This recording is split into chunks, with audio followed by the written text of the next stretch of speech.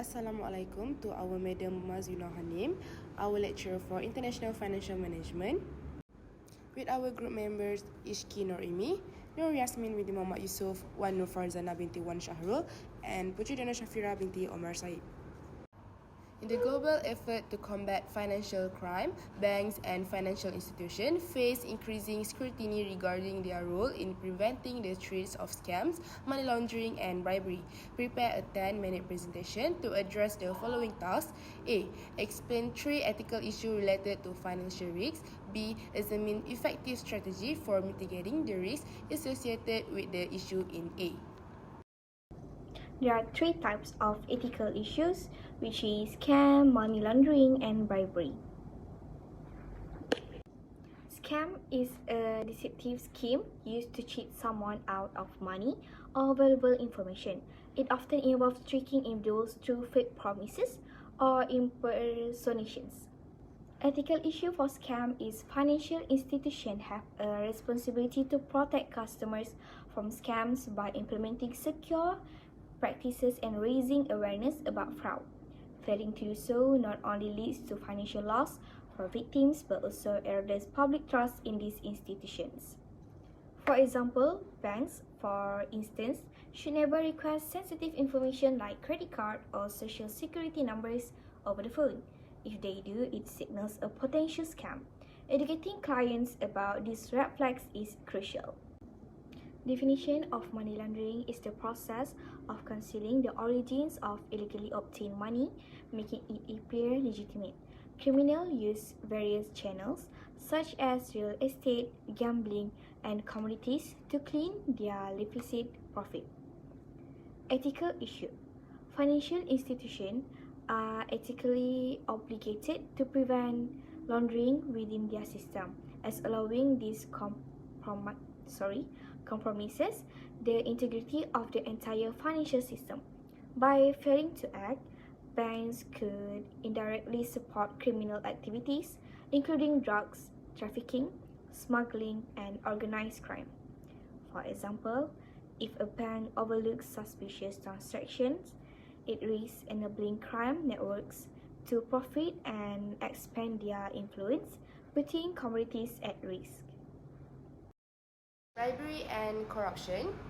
Bribery defined as offering or accepting something of value to influence a person in authority to act unethically or illegally is a major ethical issue that disrupts fair practices. In financial institutions, bribery can lead to fraud, conflict of interest, and distorted decision-making, compromising the integrity of the institution and eroding public trust. Bribes come in various forms: gifts, loans, or fees given with the intent of persuading someone to act in a way that benefits the giver, often at the expense of others. Combating bribery is essential for maintaining transparency and fairness, which in turn upholds the institution's reputation and builds public confidence. By enforcing strict ethical standards, financial institutions can ensure that both staff and partners act responsibly, supporting a culture of integrity and trust. Types of bribery. Types of bribery is divided by 2. Number 1 is passive bribery and number 2 is active bribery. Passive bribery is person requests, receive or accepts a bribe. Active bribery is when a person offer, promise or give a bribe. The next slide is strategies to mitigate financial risk related with the issue. Avoiding risk. Avoidance involves steering clear of risk with a high probability of causing significant financial loss or reputational damage. Banks can avoid risks related to scams by implementing strict authentication processes and advanced security protocols. For example, requiring two-factor authentication helps avoid phishing attacks by ensuring only verified individuals can access accounts. This proactive measure reduces the chance of scam and affecting client transfer When risks are low in probability but high in potential financial impact, institutions may transfer these risks by sharing them with a third party, such as through insurance or partnerships. To mitigate the risk of money laundering, banks can collaborate with specialized compliance firms or outsource certain monitoring activities.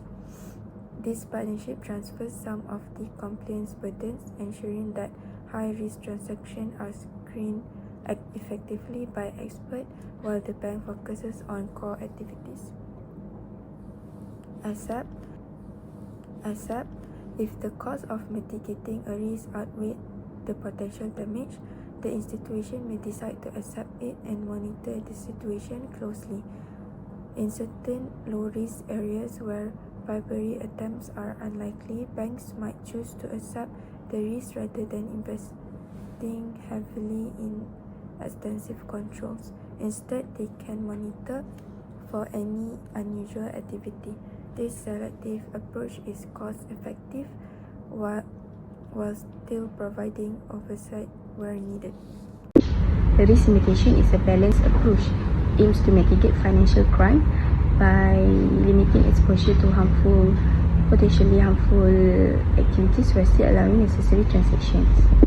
Rather than eliminating the risk, which can be unpractical, banks and financial institutions use various controls to monitor and respond to suspicious activities with targeted intervention.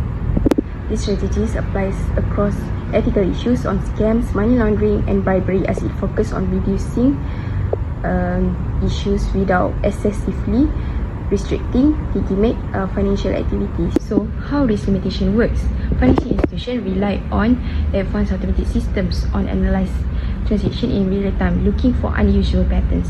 This system use data analytics, for example, like artificial intelligence (AI) and machine learning, learn what typically customer behavior looks like, enabling them to flag deviation. For instance, if the client regularly makes small domestic payments but suddenly initiate with a large international transfer, the system can flag this as unusual and alert the bank for further investigations. By catching potential risks, banks can limit the impact of suspicious transactions without restricting illegitimate client activities. Second is setting thresholds. Threshold is a preset limit of certain types of transactions, which depending on factors like types of accounts, client risk profile, and locations. These thresholds can flag or block transactions that exist in certain amounts, which making it easier to detect large unexpected transfer or other red flags on money laundering and scam. For example, a personal saving account might have a lower threshold than a corporate account. So, if individual attempts to transfer a large sum of money, the system will flag this as a potential risk, and the banks will do a review and investigations. In conclusion, banks can avoid the scams using a strong security protocol. For example, like two-factor authentications. Second is transfer the risk by collaborating with third party. Next is accept and monitor low-risk bribery situations. Lastly, banks can limit the various exposure to financial crime. These methods help banks to protect clients, maintain ethical standards, and build a trust.